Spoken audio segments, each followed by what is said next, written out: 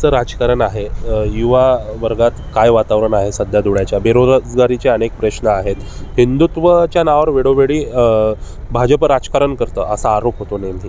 मात्र आता इथं बेरोजगारीचा विषय देखील महत्त्वाचा आहे. कशा पद्धतीनं बघताय, हिंदुत्व या ठिकाणी लाभदायी ठरेल की विकासाच्या मुद्द्यावर जाणं लाभदायी ठरेल, काय वाटतं? पहिले तर हिंदुत्व राहील. जर तुमचा शहर सेफ नाही राहिला तर इथे कुठले उद्योग येणार आहे तुमच्याकडे? येणार का? एकही उद्योग येणार नाही.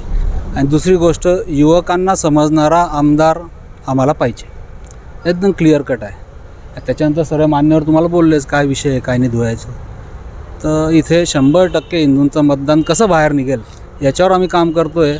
आणि हिंदुत्ववादी आमदार, हिंदू आमदारही नाही, हिंदुत्ववादी आमदार कसा निवडून येईल याचा आमचा काय असेल. नाही, पण हा एक समाजासाठी भविष्यात विघातक वातावरण निर्माण नाही होणार की जे जाती धर्माच्या नावावर सध्या वोटिंग मागितलं जाते, ज्या पद्धतीनं तुम्ही सांगतायत की समाज. जसे बारसे सर बोललेत, ते उलेमांना मदत करताय MVA वाले, महाविकास आघाडी, त्यांच्या 17 मागण्या ऑलमोस्ट ते मान्य झाल्यासारखं बोलत आहे.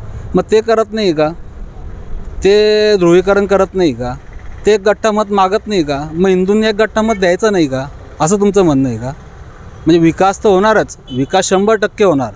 145 किलोमीटरचे रस्ते देवपूर भागात झाले, पण त्याचा प्रचार कोणी करत नाही, कोणी बोलत नाही.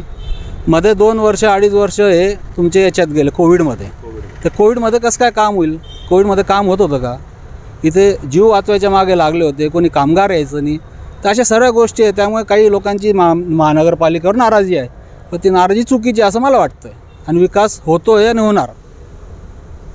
एकंदरीत हिंदुत्वाच्या मुद्द्यावर या ठिकाणी निवडणूक पेटत असताना या ठिकाणी विकासाचा मुद्दा देखील मोठ्या प्रमाणात ऐरणीवर आलेला आहे. ज्या पद्धतीनं आपण मान्यवरांची प्रतिक्रिया या ठिकाणी जाणून घेतलेली आहे की गेल्या काळात MIMचे जे उमेदवार आहेत फारुख शाह यांनी ज्या पद्धतीनं या ठिकाणी 5 वर्षात कामे केली त्याबद्दल त्यांनी नाराजी व्यक्त केलेली आहे.